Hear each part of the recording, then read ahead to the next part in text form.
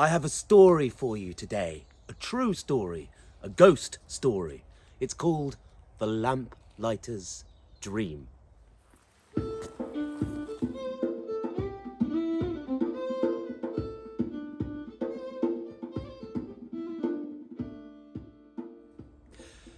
So, my friends, welcome back. This story, this piece of folklore is from the 18th century, The Lamplighter's Dream, it's called. It's sort of around a haunting. It's an interesting piece of folklore, so I'm going to tell you the story, and then I'm going to tell you a personal story from this farm here that relates to this story and the nature of dream and maybe the non-linear nature of time and a theory about ghosts. So wait to the end of the story for that.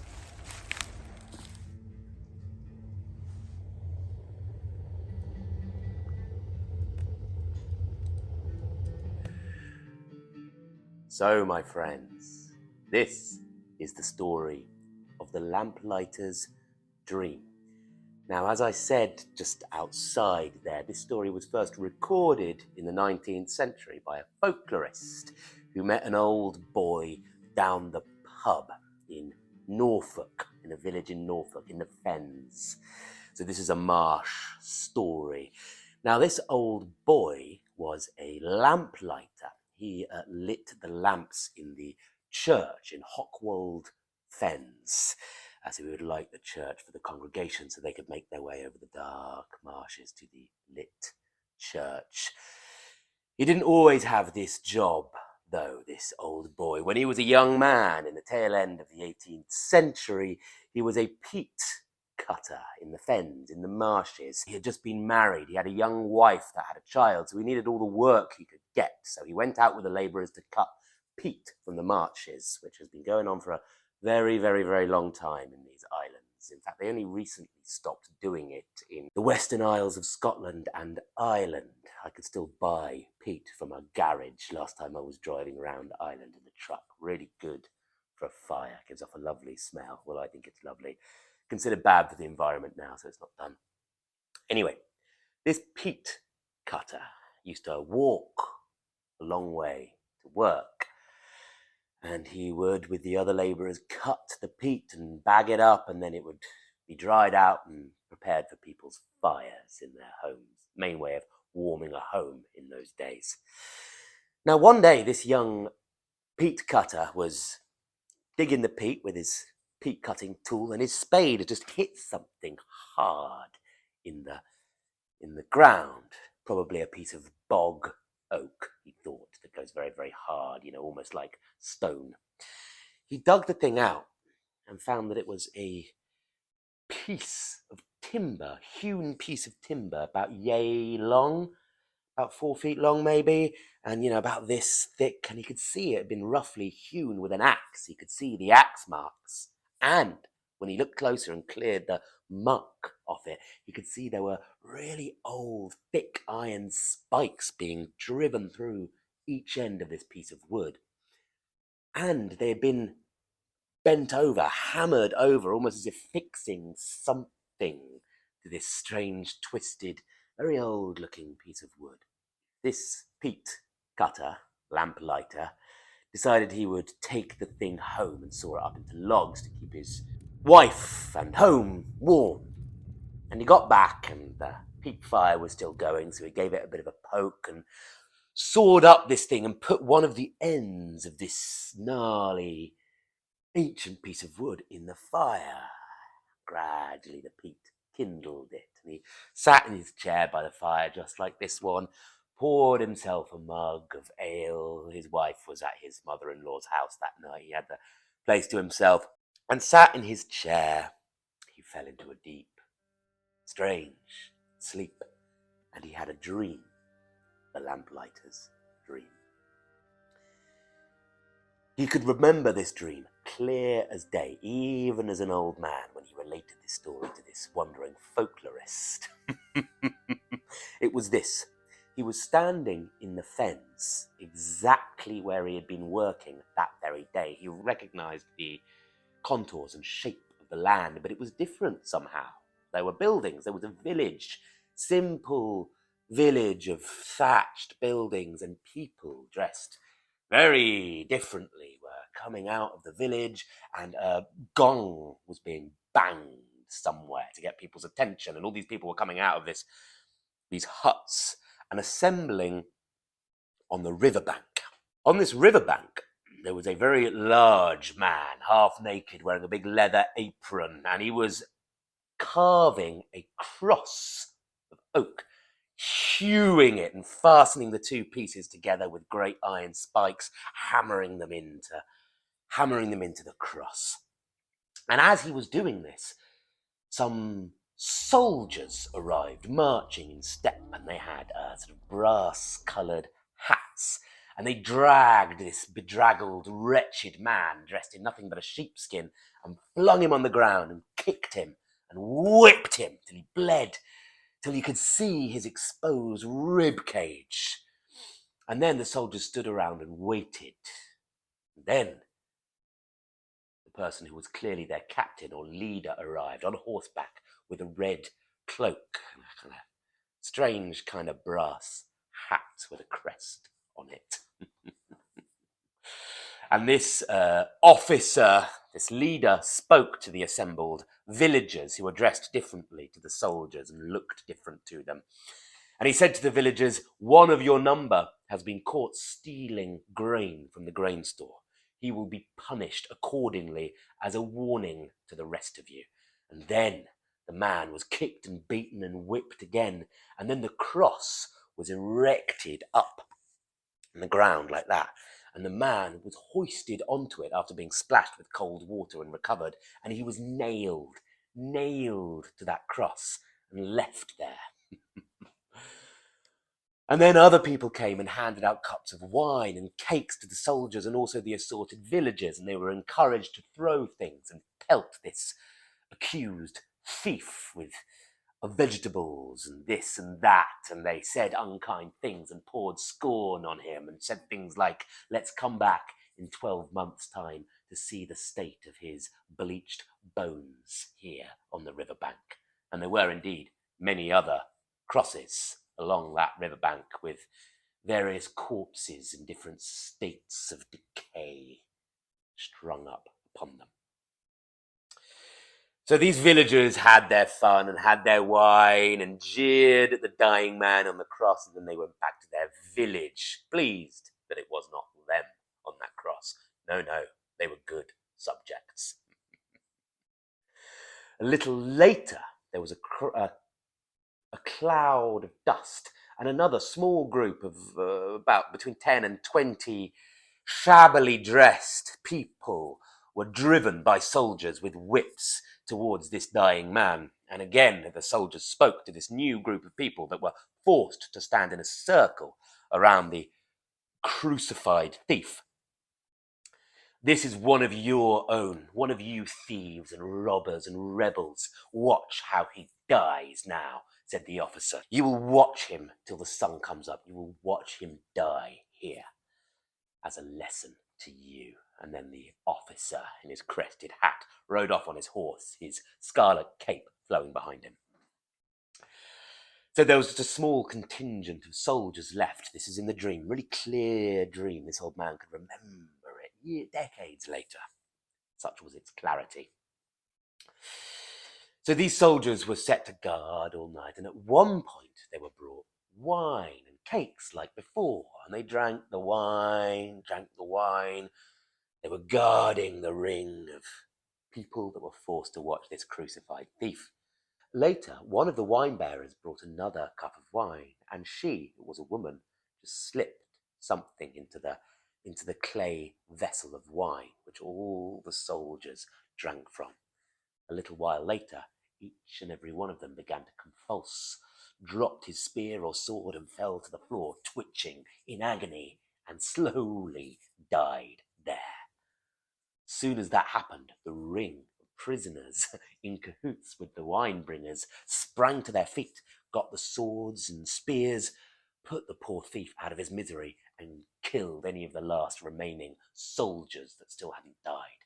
And then, in the night, they went into the village with burning torches from the brazier that had been lit for the soldiers, and they torched that whole village, burning its occupants alive, men, women, and children, and any that tried to flee into the forest they chased and stabbed. And then they went to the barracks nearby where the soldiers were and killed them all in their beds, barricaded the rest in, and torched them to the ground.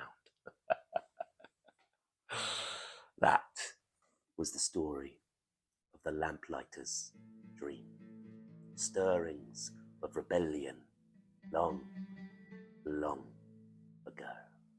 The ending to this tale, as delivered to this folklorist in a pub many, many, many years ago, was that when that lamplighter woke up from this dream with it in utter clarity in his head, that bit of wood was all burned away, and the rest of it was stood up drying next to the fireplace, just like this, so the rest of it could be burned. And then the lamplighter's young wife came back, and she was newly pregnant, and she took one look at that bit of wood and said, "Get rid of it.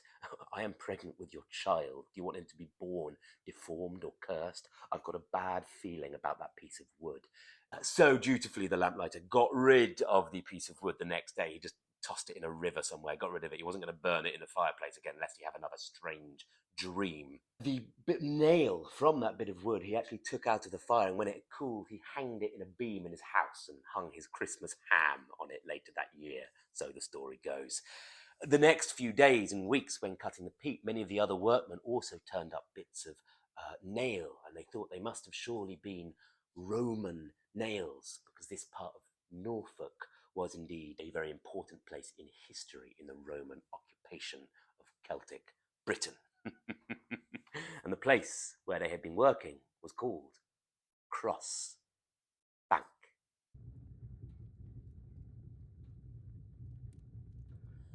So, my friends, an interesting piece of folklore there. I mean, is it a piece of folklore or is it just an actual event? But it is reflected in a lot of wider folklore from Britain. Norfolk, where this story took place, in the Fens, there was where the Boudiccan revolt took place. Queen Boudica, queen of the Iceni, after her daughters were raped by Roman soldiers, raised an army of Celts and rebelled against Roman rule. They even went down and sacked London, burning the new city to the ground and slaughtering all of its inhabitants. Really quite brutal. They killed thousands and thousands and thousands of people.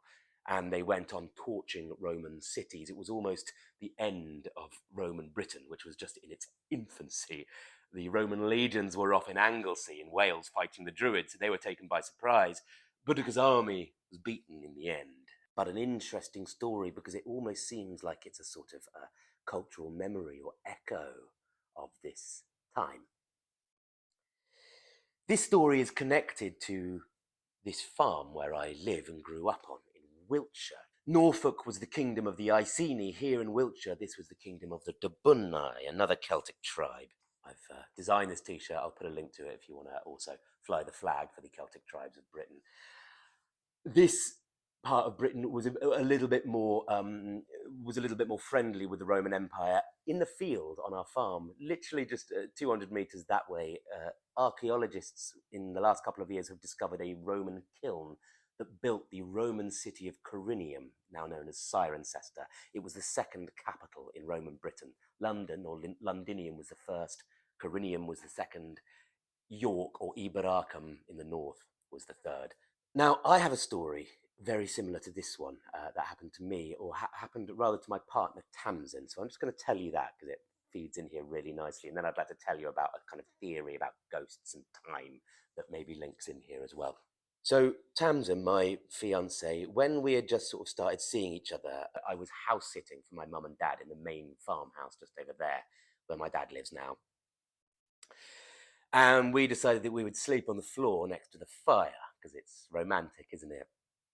And Tamsin had a very strange dream that night, about 3 or 4 years ago.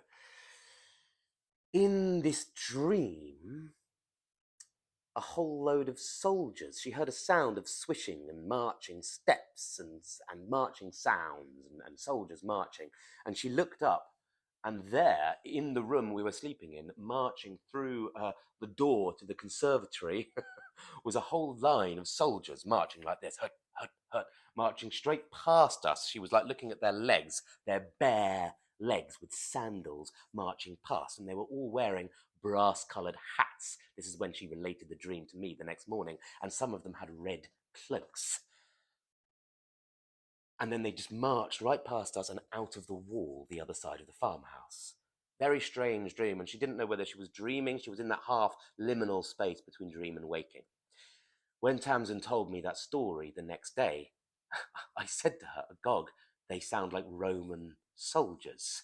Did you know this site was the site of a Roman settlement? She did not know that. So it seemed like her dream was a memory of the soldiers that would have been stationed right here, right where I'm sat now, marching through the physical space. So I'm going to show you that right now, the space where it happened. So we were sleeping here on that rug next to this fire, and then the Roman soldiers came through this door there and marched along the floor and went this way and then marched through that wall there on their ghostly march. So that's where that dream took place. The farmhouse where my dad now lives, it was probably the dwelling of the foreman of the kiln and settlement that's been found over here in the field, or maybe the villa of the owner of the kilns. We found some really old bits of wood, a bit like the old bits of wood from this story, in the mud underneath the farmhouse. So this whole site would have been a Roman settlement, maybe with kind of native Celtic inhabitants working the kiln, overseen by Roman soldiers or auxiliary men or legionaries overseeing the construction of that kiln and the settlement. The kiln over here practically built Roman Cirencester. So that's really interesting that the dream Tamsin had bears some resemblance to this piece of folklore, which is recorded in this book, by the way, Folk Tales of the British Isles, edited by Kevin Crossley Holland, if you want to pick it up. So interesting parallels there of a dream, of seeing almost a recording of past events. Just another piece of folklore in the city of York, which I've mentioned, Iboracum, the Roman city of York. There's a regular haunting that many people have seen throughout history in a basement in York of Roman soldiers marching through the basement, and indeed the street level of York in Roman times was several meters lower, basement level. So it's almost like seeing a recording of events that have taken place, particularly traumatic events like the occupation of a country, Celtic Britain, by a hostile foreign power, the Romans. So there's three instances of a similar kind of thing there. The Lamplighter's dream, that York haunting in the cellar, and Tamsin's dream in the fireplace just 100 meters over there. So really interesting idea. This brings me on to a theory about ghosts, and I'd love to hear some of your thoughts about this. You know, what are ghosts? Which might be the title of this video, I haven't decided yet. So there's one school of thought in this that suggests that ghosts are, you know, the typical theory, ghosts are souls of the departed. I don't really like the idea of souls. I kind of prefer maybe a more scientific term like the consciousness stream, maybe because I'm influenced by Buddhism there. But the consciousness or what is left over when the physical brain dies, if indeed anything is left over. I realize people might have different metaphysical viewpoints on this. That's one idea. I talk about this a bit. When I lost my mum, I saw her a lot and heard her a lot, both in dreams and in this waking reality. I'll put a link to that video where I talk a bit more about that. If that's the origin of some ghost sightings, though, it's the actual conscious principle of an individual that has died, that must only account for some ghost sightings, because surely that's time limited, right? For a while, that individual, once it's left this life and is lost and doesn't know where it is, and its body is gone, but it hasn't yet passed over to find a new rebirth or move on to whatever plane awaits it, depending on your own metaphysics. That's only a short period of time. You know, with mum, it was like a week or two, I was having these strange experiences of seeing her, and obviously my own mental state might have played a lot in that as well.